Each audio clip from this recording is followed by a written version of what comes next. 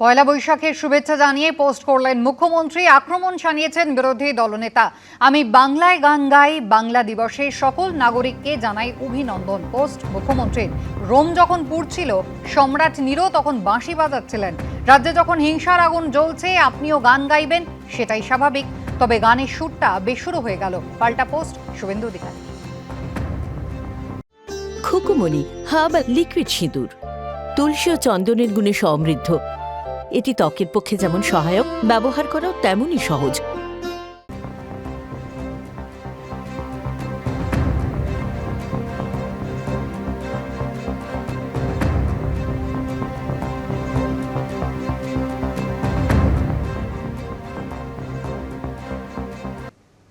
নববর্ষে শুভেন্দু অধিকারীর হাতে হাল ফেরানোর খাতা। সবাই নিজের হাল ফেরানোর সঙ্গে রাজ্যের হাল ফেরানোর প্রার্থনা করুন। এই রাজ্য বেহাল। তমলুকে নববর্ষের মিছিল থেকে তৃণমূল সরকারকে নিশানা করলেন শুভেন্দু অধিকারী।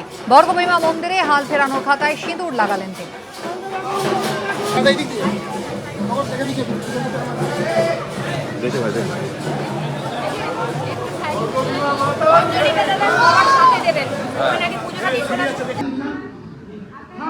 সবাই নিজের হাল ফেরানোর কথা বলার সাথে সাথে রাজ্যের হাল ফেরানোর প্রার্থনা করুন।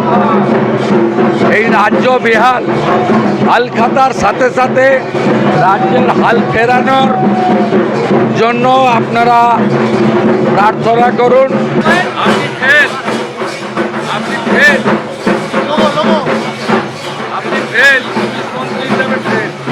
আমি সবাই হাল খাতানোর খাতা নিয়ে যাচ্ছেন, আমি হাল ফেরানোর খাতাতে সিঁদুর লাগিয়ে নিয়ে এলাম।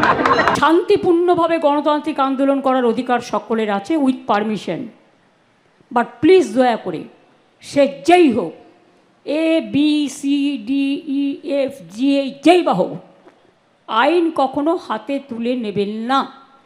আইনের জন্য তো আইনের রক্ষক আছে, আইনের ভক্ষক তো দরকার নেই। তাই আপনাদের অনুরোধ করব, কেউ কেউ প্ররোচনা দেবে কোনো ব্যাপারে, কিন্তু প্ররোচিত হবেন না। প্ররোচনার সময় যে মাথা ঠান্ডা রাখে, সেই তো আসল জয় করে, তাই তো আসল জয় হয়। Situation is fully under control. সকালকে গুজবে কান দিতে হবে না। আর যেটা ভয়ের ব্যাপারে আমরা সব জায়গায় পিকেট দিচ্ছি, সব জায়গায় যাচ্ছে। সব রিউমারের উপরে, গুজবের উপরে কেউ কান দেবেন না। সিচুয়েশন আপনারা সকালকে বলবেন situation is fully under control. আমরা সকলের লাইফ অ্যান্ড প্রপার্টির আমাদের দায়িত্ব আছে, আমরা সকলের ব্যবস্থা করব। এটা গুজব। ঘর ছেড়ে চলে যাচ্ছে, বাইরে থেকে লোক আসে, এগুলো সবই গুজব। গুজব থেকে এটা চলছে। কিন্তু যারা মালদা গিয়ে আশ্রয় নিয়েছে স্কুলে স্কুলে, আমাদের ধুলিয়ান একটা খেয়াঘাট, প্রতিদিন এখানে হাজার হাজার মানুষ যাতায়াত করে। তো যারা এই পার ওপার হচ্ছে, এটা কি লোক দেখাচ্ছে যে ঘর ছাড়া? দেখা যাচ্ছে তো স্কুলে গিয়ে, মালদায় গিয়ে স্কুলে তো আশ্রয় নিয়েছে, এরকমও দেখা যাচ্ছে। অনেক কিছু হয়, আমি অনেক কিছু করতে পারি। সেটা সঠিক নয় বলছে? না, সেটা সঠিক নয়, সেটা গুজব।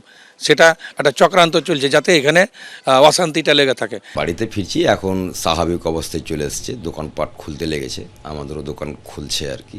আমরা সকল ধর্মের মানুষকে নিয়ে আবার আমাদের পুরনো ছন্দে ফিরছি। পুলিশের ব্যর্থতা নয়, অ্যাকচুয়ালি পুলিশও হতভম্ব হয়ে গেছিলো চারোদিকে যখন হোহাহা হয় আর কি।